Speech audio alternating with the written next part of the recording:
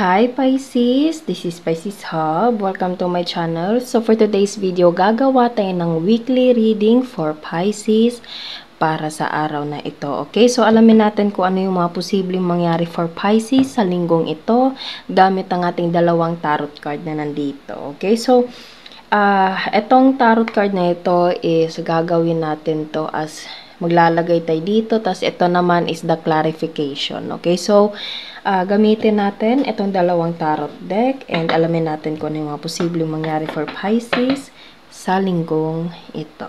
Okay? Reminder lang na ito ay general reading po. So, pwede pong mag-resonate sa'yo. Pwede pong hindi. And this is a timeless reading. Kahit anong linggo, buwan mo to napanood. Okay? Taon, basta mag-resonate sa linggo na napanood mo to, take ko lang. Okay? Pag hindi, huwag pong ipilit. Okay? So, alamin natin kung ano yung mga posibleng mangyari for Pisces sa linggong ito. Ano po yung mga posibleng mangyari for Pisces? Maggabay mensahe. Seven of Pentacles. You're working, Pisces. Pwedeng sa trabaho mo mismo, pwedeng sa hobbies, meron kang pinagkakakitaan, meron kang sideline, pwede pong ganun. Okay? Or pwedeng pwedeng nag-aaral ka magluto, nag-aaral ka ganito, ganyan, pwede pong ganun po. Okay, so, kumbaga meron kang pinagkakaabalahan. So, ano pa po yung mga posibleng mangyari po for Pisces sa linggong ito? Okay, nag-flip agad. Okay, so, meron tayo ditong the Lovers and Six of Swords. So meron kang, pwedeng you're dealing with someone, Pisces, na pwedeng katrabaho mo lang din, or pwedeng meron kang iniiwasan, or something like pinag-iipunan. Okay? Kasi nakikita nyo, sa the Lovers and the Six of Swords dito, pwedeng dalawa yung meaning nito, Pisces. It's either meron kang, kumbaga, mahal sa buhay na posibleng medyo malayo sa'yo kasi parang meron tayo ditong passport. Nakikita nyo yan, okay? And there is something na movement. So, meron kang pinag-iipunan, pinagplanuhan, okay? Or you're dealing with someone na ganito. And nag-iipon na yan, no? Seven of Pentacles. Nag-iipon, nagtatabaho ng maayos, gumagawa ng sideline, na tumatanggap ng sideline, ganun. Merong pinag-aaralan, okay? And feel ko gagawin mo to lahat para lang sa taong to. The Lovers, okay? So, pwedeng you're dealing with someone na medyo malayo sa'yo. And magta-travel, mag-iipon para sa taong to, Pisces. Okay, so, obviously, this is a love. Pwede ding love as a relationship, love as a friend, love as a family member. Pwede pong ganon, okay? So, andun yung perseverance, dedication na makapag-ipon. Ang ganda, ang sweet. Okay? Pwedeng ikaw to yung gumagawa nito, Pisces, or you're dealing with someone na ganito po. Okay? So, ano pa?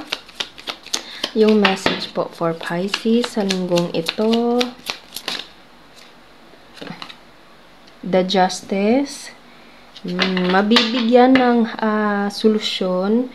Okay? Hustisya or something like magagawa yung tama. Okay? So, ano pa?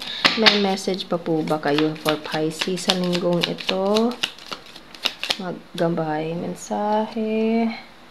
Ten of Swords. Pwedeng meron itong connection, something na medyo nag-overthink, Pisces. Parang, pero kung ano man itong overthinking na ito, itong stress na dala ng Ten of Swords na nandito, okay, mabibigyan nyo ng solusyon for this everything na ginagawa mo or ginagawa ng taong to. Mabibigyan siya ng solusyon after all of this perseverance na ginagawa dito with this Ten of Swords. Mabibigyan siya ng lunas with this Justice card right here. Bottom of the deck is the Moon. You are looking at the brighter side, or this person is still holding on, okay? Kahit madilim, ayan o, Ten of Swords. kahit madilim yung sitwasyon, hindi ko alam kung English ba o Tagalog, okay? So, sitwasyon Pisces, medyo pwedeng meron itong connection sa distance, okay? Hindi maiiwasan yung ganon, lalo na't merong distansya. Pwedeng sa personal, pang personal Pisces, and gusto mo munang makapag-relax, gusto mo makapag-ipon para makapunta ka doon sa minamahal mo, okay? Mahal mo sa buhay, okay? Or nag-iipon ka para makauwi, pwede pong ganon, or makabisita. Okay, pwede pong ganun. Or this person is ito yung ginagawa niya. And kung ano man itong dala ng Ten of Swords na nandito, both of you are still holding on. Nakikita nyo, medyo maliwanag dito banda, dito sa kamay na nakahawak dito. Pero yung nasa kabila is madilim Pisces. So, meron connection sa para magkaiba yung distance, time difference. Pwedeng sa'yo medyo maliwanag, yung sa kanya madilim. Pwede pong ganun, okay? So, dito, obviously, there is someone na dinidil ni Pisces na medyo malayo. Pwedeng medyo, kumbaga, mayroong time difference, okay? Na medyo nagkukos ng Ten of Swords na nandito, pero mabibigyan ng hustisya with this Justice card right here. After all of this love, all of this effort, all of this, kumbaga, taking a risk, doing everything for the loved one. Okay, napaka-sweet. Ang sweet po, sobra. Okay, so, gamitin natin itong tarot card. Alamin natin kung ano yung mga clarifications pa or posible mga other pa nga na information. Hindi ko masabi kung English pa o Tagalog, pero information Pisces sa reading natin ngayon. Okay? Shuffle muna natin to.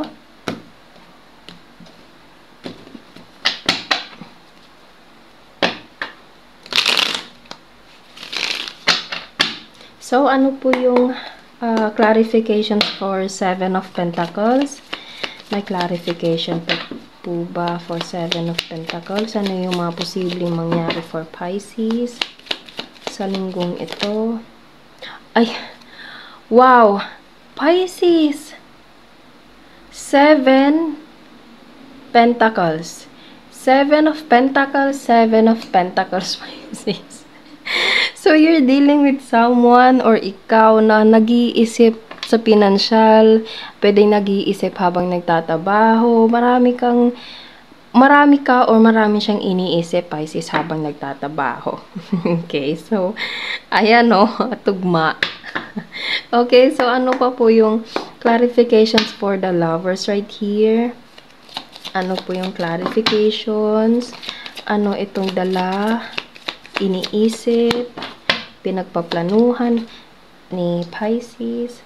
Ayan, pwedeng itong mahal mo sa buhay, Pisces, or minamahal mo is medyo meron kayong conflict or may mga taong involved ka, nakikita nyo, nag-aaway-away kayo. Pwedeng ito to, pero mabibigyan siya ng hustisya eh. Okay, so pwedeng nangyari na to, or pwedeng currently lang, na medyo meron kayong argument to this person, okay? And this person is thinking so much para makagawa ng solusyon, or ikaw, Pisces.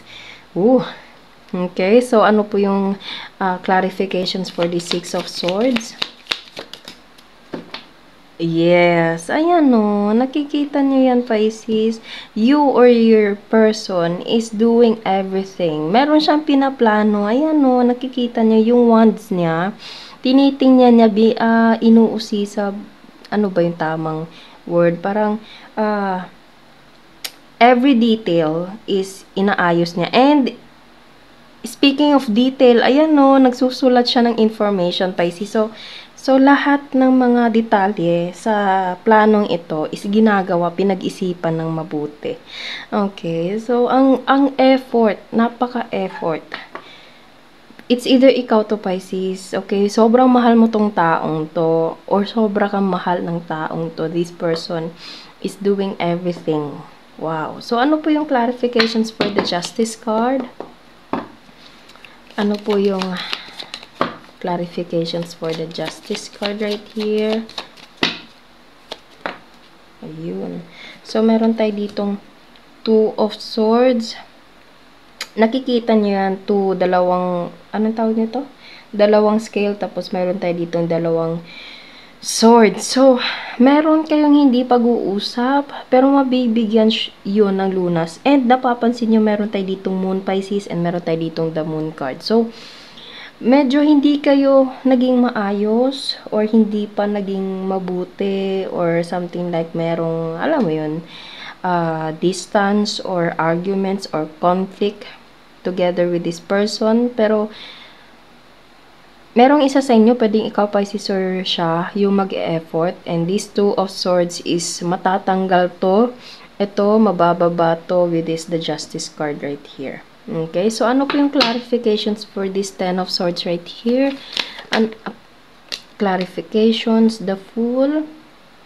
After the Ten of Swords, mabibigyan siya ng panibagong landas. Mabibigyan siya ng panibagong journey. Kumbaga, magre-renew. Parang ganun. Okay? Or reconnect. Parang merong natigil. Ay, hindi naman siya natigil. Parang na-pause lang.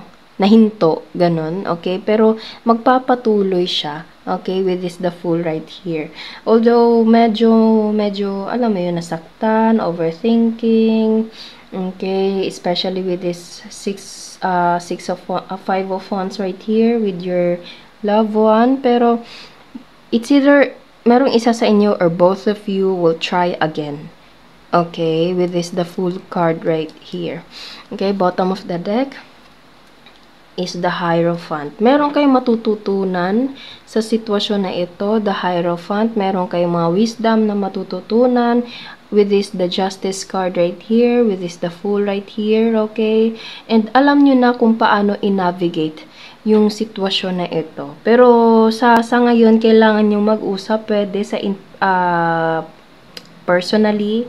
Okay? So, it's either ikaw tong gumagawa ng ganito, Pisces, nagtatabaho, nag-iipon for this person.